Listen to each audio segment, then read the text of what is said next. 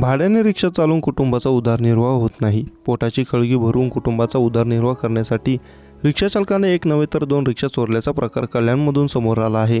रिक्षावरील चुकीच्या नंबरवरून हा प्रकार समोर आला असून कल्याण क्राईम ब्रँचने त्याला ताब्यात घेतला आहे. कल्याण क्राईम ब्रँच पोलिसांच्या एका कर्मचाऱ्याला एक व्यक्तीने फोन करून एक रिक्षा चालक कल्याणशीळ रस्त्यावर असलेल्या रुनवाल गार्डन समोर भाडे घेण्यासाठी उभे आहे. त्याचा रिक्षा नंबर चुकीचा आहे. त्यांनी ही रिक्षा चोरली असल्याची माहिती दिली. क्राईम ब्रँचच्या पोलीस कर्मचारी गुरुनाथ जरग आणि मिथुन राठोड हे दोघे मिळालेल्या माहितीनुसार त्या जागेवर पोहोचले. त्या ठिकाणी रिक्षा उभी होती.